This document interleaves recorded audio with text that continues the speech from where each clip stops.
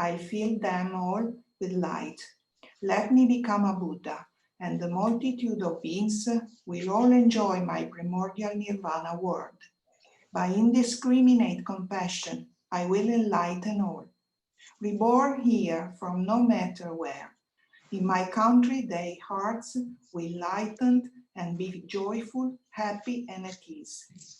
Oh, you, Buddha, witness my vow, my true aspiration, establishing my vow on you. Gives me the strength to fulfill it. Buddhas throughout space and time, of an unimpeded wisdom, always witness my heart and practice. No matter the obstacles, the hardships, my practice will endure through all without regret. Tambutsuge.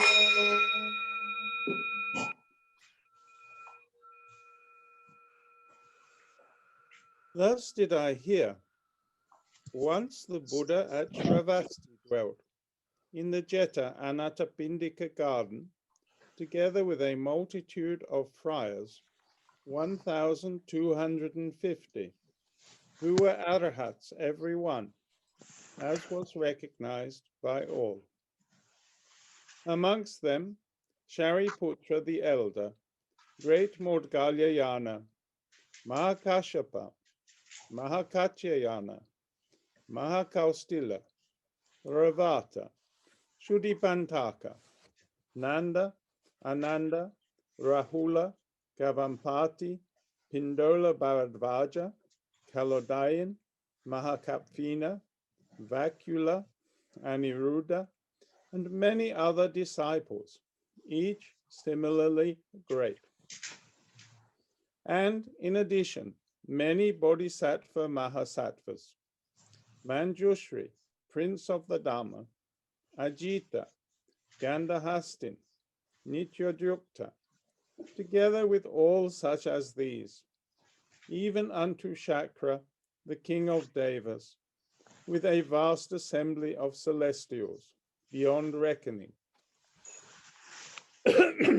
At that time, Buddha said to Shariputra, millions of miles to the west from here, there lies a land called perfect bliss, where a Buddha, Amitayas by name, is even now the Dharma displaying. O Shariputra, why is that land given the name of perfect bliss? It is without pain, only pleasure dwells there. That's why they call it perfect bliss. Around the land of perfect bliss, there are 7 balustrades, 7 fine nets, 7 rows of trees, all of jewels made, sparkling and fine. That's why they call it perfect bliss. There are lakes of 7 gems, with water of 8-fold merit filled, and beds of golden sand, to which descend on all 4 sides gold, silver, beryl, and crystal stairs. Pavilions and terraces rise above, gold, silver, beryl, and crystal, white coral, red pearl, and agate gleaming. And in the lakes, lotus flowers, large as chariot wheels, give forth their splendor. The blue ones radiate light so blue, the yellow, yellow, red, red, white, white, and all most exquisite and finely fragrant. O Shariputra, the land of bliss, like that is arrayed with many good qualities and fine adornments. There is heavenly music spontaneously played, and all the ground is strewn with gold. Blossoms fall 6 times a day from Mandarava, the divinest of flowers. In the morning light, those who live in that land collect the blossoms and offerings make to millions of Buddhas in other regions. At the lunchtime hour, they have their meal and take a stroll. O Shariputra, the land of bliss, like that is arrayed with many good qualities and fine adornments. There are wonderful birds of many colors, swans and peacocks, parrots, charis, karlavinkas, and even the bird with double lives. 6 times day and night they sing, melodious songs of fivefold virtue, fivefold power, of the 7 factors of spiritual light, and of the eightfold path. Of all the divisions of Dharma they sing. Entranced by the songs, all the beings of that land quickly take refuge in Buddha, Dharma, and Sangha. Those birds were not born as such through karmic retribution, for no evil realms in that land are there. Not even the names of such realms are found. How much less the evil realms themselves. Shariputra, all those birds were by Amitayus expressly made, that the voice of Dharma melodiously spread.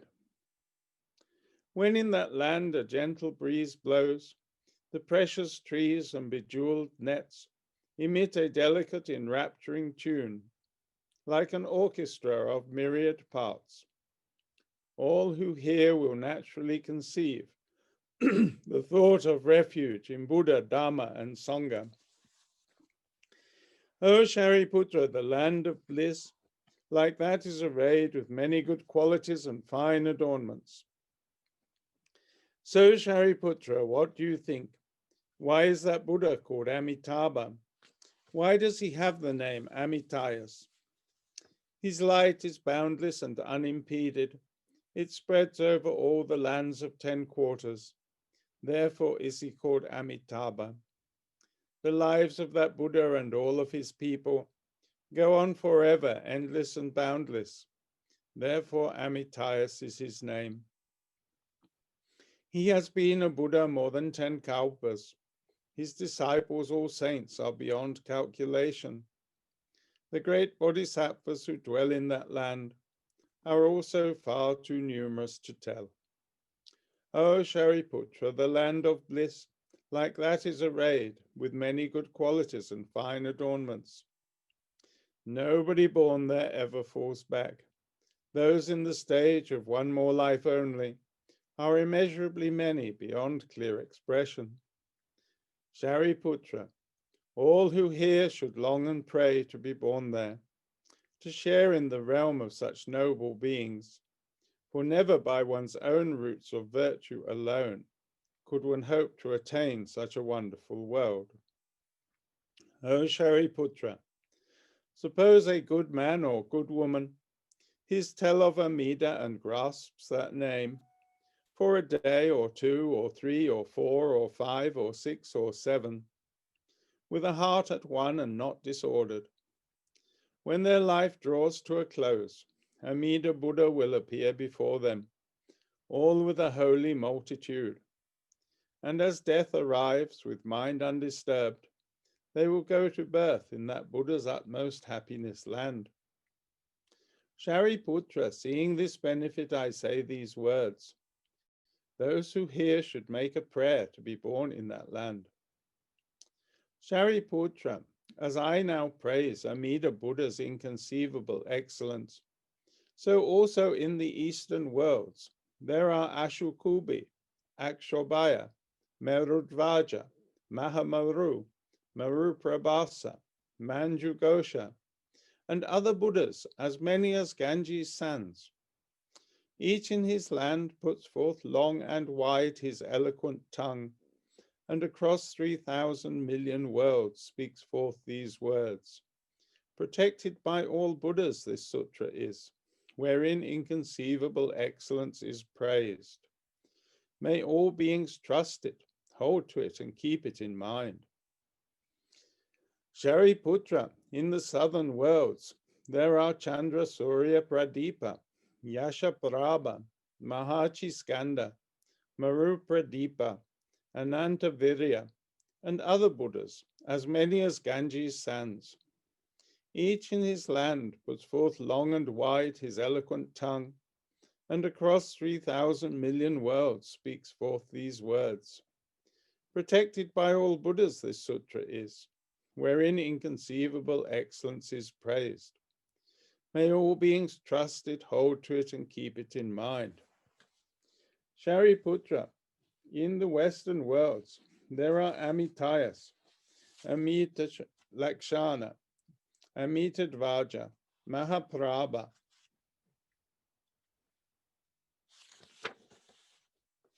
Mahanyabasa, Ratna Lakshana, Shuddharashmi Prabha, and other Buddhas, as many as Ganges sands. Each in his land puts forth long and wide his eloquent tongue, and across 3,000 million worlds speaks forth these words. Protected by all Buddhas this sutra is, wherein inconceivable excellence is praised. May all beings trust it, hold to it, and keep it in mind.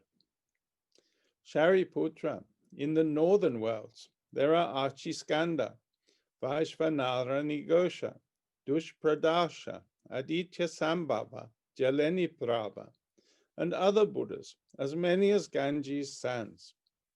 Each in his land puts forth long and wide his eloquent tongue, and across 3,000 million worlds speaks forth these words. Protected by all Buddhas this sutra is, wherein inconceivable excellence is praised. May all beings trust it, hold to it, and keep it in mind. Shariputra, in the Nadir worlds, there are Simha, Yashas, Yashaprabhasha, Dhamma, Dharmadvaja, Dharmadhara, and other Buddhas, as many as Ganges sands. Each in his land puts forth long and wide his eloquent tongue, and across 3,000 million worlds speaks forth these words. Protected by all Buddhas this sutra is, wherein inconceivable excellence is praised. May all beings trust it, hold to it, and keep it in mind. Shariputra, in the zenith worlds, there are Brahma Gosha, Nakshatra Raja, Gandhodama, Gandaprabhasa, Mahachiskanda, Ratna Kusuma Sampushpita Gatra, Salendra Raja, Ratnotpala Shri, Savata Dasha, Sumuru Kalpa, and other Buddhas, as many as Ganges sands. Each in his land puts forth long and wide his eloquent tongue, and across 3,000 million worlds speaks forth these words. Protected by all Buddhas this sutra is, wherein inconceivable excellence is praised. May all beings trust it, hold to it, and keep it in mind. Shariputra, what does this mean? Why is this called the sutra that all Buddhas keep in mind? Shariputra, if good men or good women hear the name that all Buddhas guard, keeping this sutra in mind, they are all protected and kept in mind by all the Buddhas together. All obtain non-retrogression. All go to Anuttara Samyak Sambodhi. Therefore, trust and accept my words and those that all the Buddhas preach. Shariputra, if there are people who have made a prayer, are making a prayer, or will make a prayer to be born in Amida Buddha's land, then they all in that land will Anuttara Samyak Sambodhi attain. Whether they are already born there, are being born there, or are yet to be born. Therefore, Shariputra, all good men and good women should make prayers to be born in that land. Shariputra, just as I am now praising the inconceivable excellence of all Buddhas, all these Buddhas are similarly declaring my inconceivable excellence in these words. Shakyamuni Buddha has ably accomplished something extremely difficult and rare. In the Saha world, in the evil age, that is stained in 5 ways, Kalpakashaya, the evil age, Drishti Kashaya, the stain of wrong views, Klesha Kashaya, the stain of wrong passions, Sattva Kashaya, stain of spirit, Ayush Kashaya, the stain of short life. Here in this very world, at Anuttara Samyak Sambodhi, Shakyamuni arrived. For the sake of all beings, he is preaching this Dharma, which in the whole world is difficult to entrust to.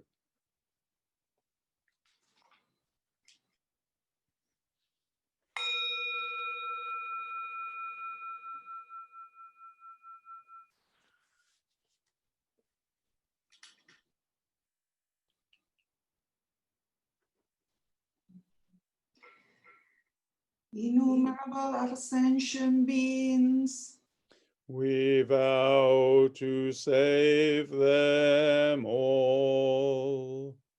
inexhaustible or deluded passions, We vow to transform them all. immeasurable are the Dharma teachings, We vow to master them all. infinitive is the Buddha's way.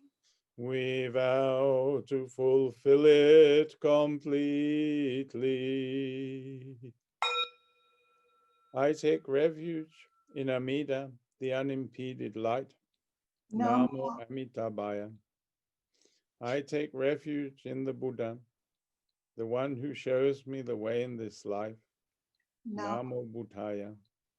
I take refuge in the Dhamma, the way of understanding and love.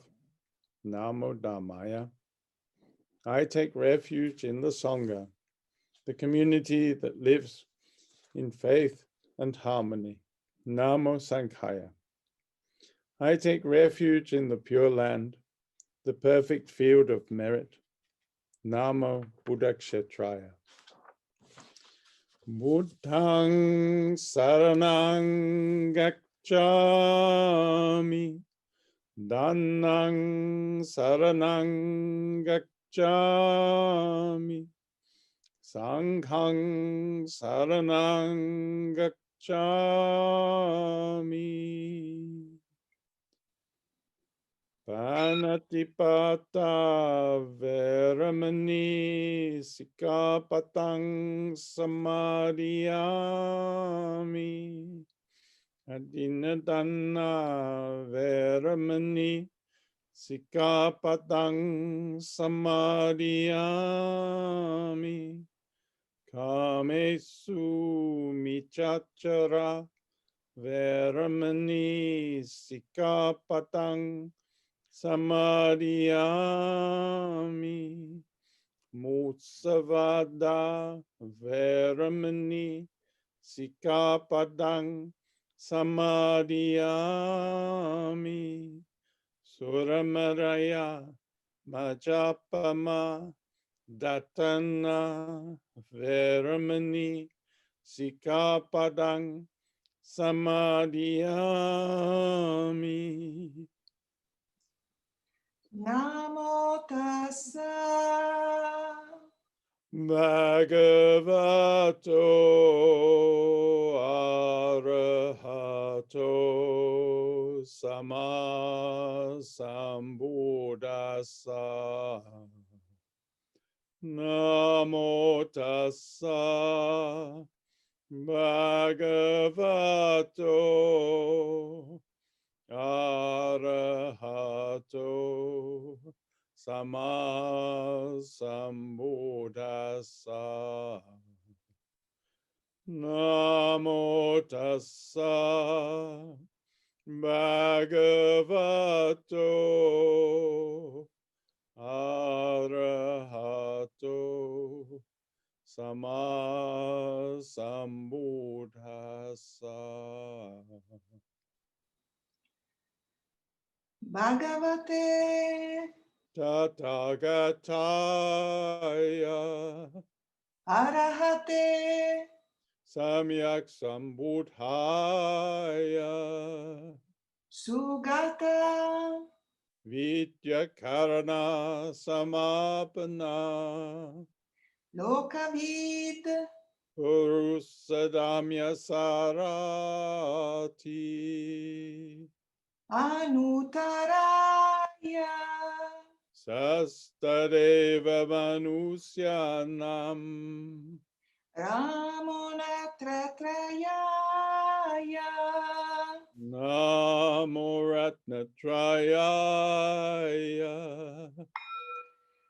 Namo Ratnatrayaya. Namo Ratnatrayaya. Namo Ratnatrayaya. Namo Ratnatrayaya. Namo Amitabhaya. Tathagataya. Namo Amitabhaya.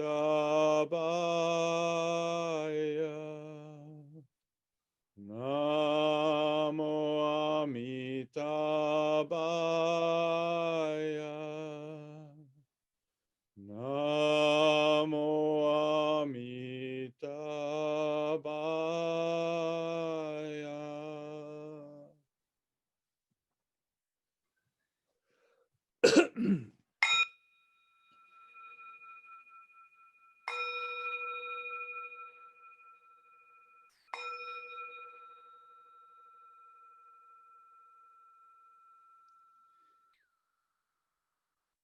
Now, if you would like to make prostrations, now is the time.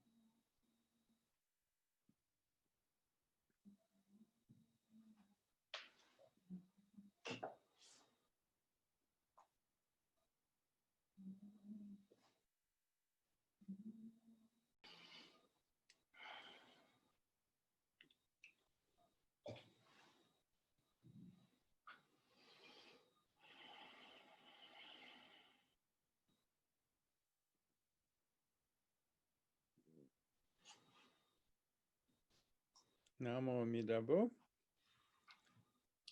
Namo So Amitabhaya. we are about at the midpoint of our retreat. The pivot point, if you like. Yeah? The pivot point is where things can balance, exactly. And of course, Buddhism, we say, is middle way.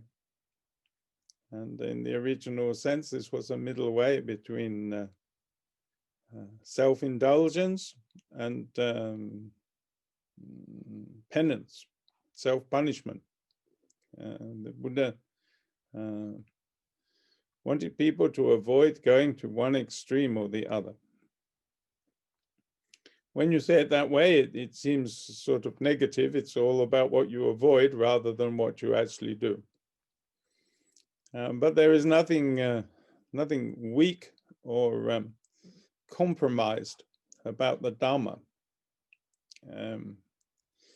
There was a book written many years ago by a Theravadin monk. I think the monk's name was Kantipalo. I think he was a Westerner who had ordained in Thailand. And this book was called Tolerance. And he says in the introduction to this book, I was attracted to Buddhism because I thought it was a very tolerant religion. And coming from the West, where there have been a lot of conflicts over religion and so on, he thought tolerance was something of great importance. And so I determined, he says, to write a book about Buddhist tolerance. So I looked up every reference to tolerance in the Buddhist scriptures. There aren't any. There weren't any. There is no reference at all to tolerance in the Buddhist scriptures. So nonetheless, he persevered and wrote this book which has many, many quotations from the sutras. Of course, there's plenty about compassion. There is plenty about love. There is plenty about making fine discriminations with the mind of what is wise and what is unwise and so on. But then nothing about tolerance.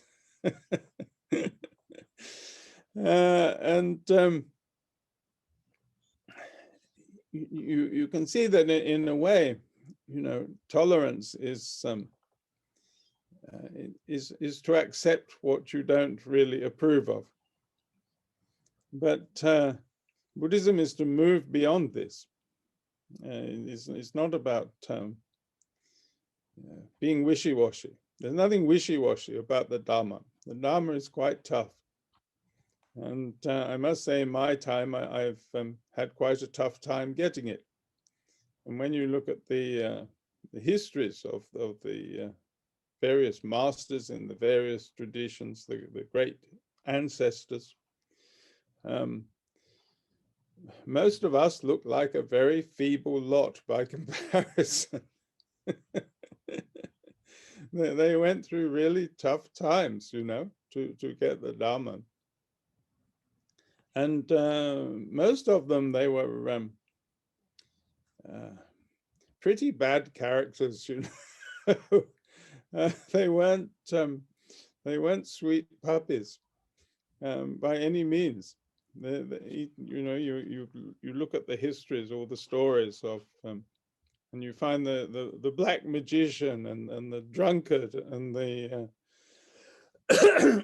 one of the ancestors comes to his own teacher, his first encounter with the teacher. He puts a big flagon of wine on the table and he says, "Well, what have you got that's better than that then?" This is his starting point in his spiritual journey, you see. So you can see from these stories, there's many stories, of course. I'm sure you've all read some of the stories of the ancestors. They have these encounters.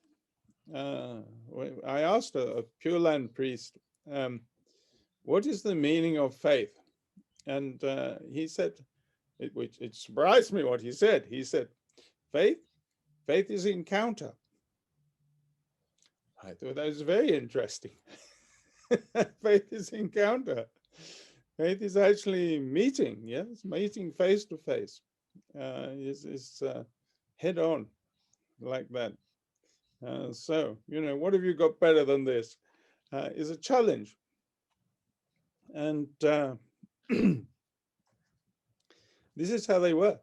The straight for the jugular, you might say. I think they were much tougher times, We have lived in central heated houses with all modcon, and many of these people had lived rough lives.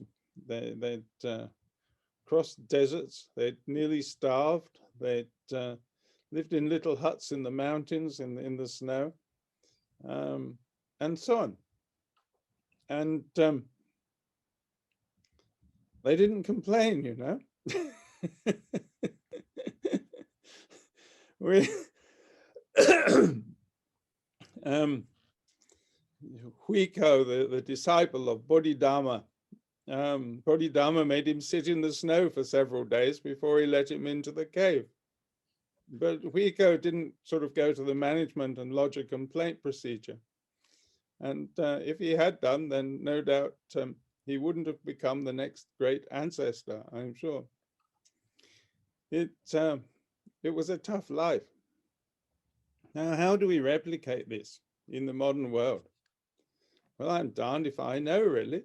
How do we get that kind of challenge, which will give us the vigor and the diligence of the spiritual ancestors?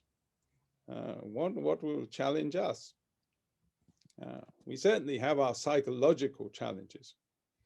We have a different sort of challenge. We don't cross deserts very much.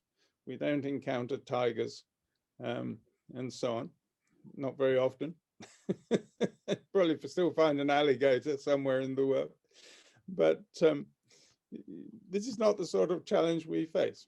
We tend to face more social, psychological challenges. You know, we live, of course, compared with those people, we live in a much more crowded world. We live in cities. We maybe have noisy neighbors. We may have people who we don't get on with. You know, one of the Buddha talks about the 8 afflictions, you know, and the first 4 afflictions are existential: birth, aging, disease, and death. Well, we still have those, and you know, in a big way. You look around at the moment, there is so much disease. But then, you know, there is being separated from loved ones, and there is being confined with people that you don't get on with. Well, of course, there's a fair bit of that during the pandemic at the moment. People being confined, happening to find themselves together with people, not always people that they get on with that well. Sometimes even other members of their family, they don't necessarily get on with that well. So these are some of the challenges that we face. And having your projects fail, yes, things, whatever we construct in this world is subject to impermanence. And so you build something up, and then inevitably it decays. It may have splits and schisms, or it may fail economically, or all manner of things may happen to it. And you may clutch on and think, oh, I have to hold on to this, I have to hold it all together. But, you know, impermanence, things change, the world changes, and conditions change. And if you are a person of Dhamma, you accept these changes. Things come along. One day people love you, another day people hate you, third day they ignore you. And then they love you again. This is life. This is how it goes. And one of the things about the Dhamma is it gives you, well, we've used this image, haven't we, of the Daruma doll. It gives you this this weight that brings you back. And I think the Daruma doll is a good image. It's an image for this retreat in a way. You knocked over, but you come back up again. Don't think that you've got to be like a firm, immovable rock, as it were. That's not necessary. The thing can fall over, but it must have something that brings it back up again. And this is the faith. This is the real strength in the practice, in the Dharma, is to have something that brings us back up.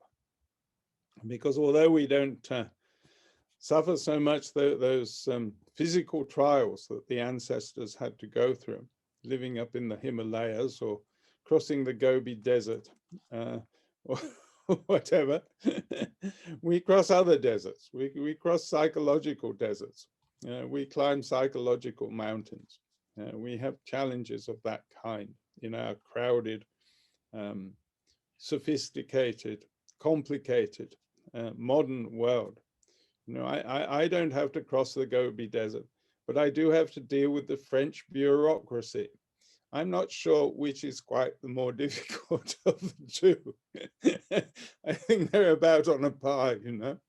So perhaps there is some possibility for us modern people still to access the Dharma in some way.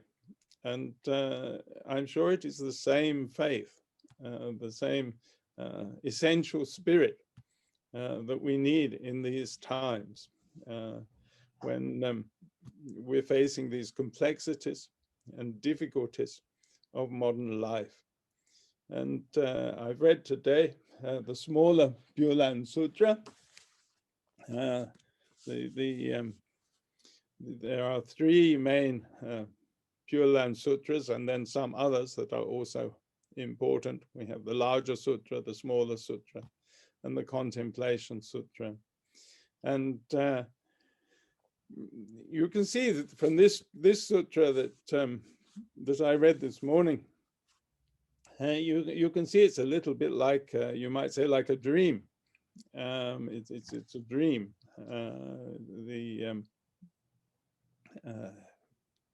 It fills your mind. It feeds your unconscious. And the faith that one needs to be there. It needs to be deep in your mind. It needs actually to be in the unconscious, so that it's always available.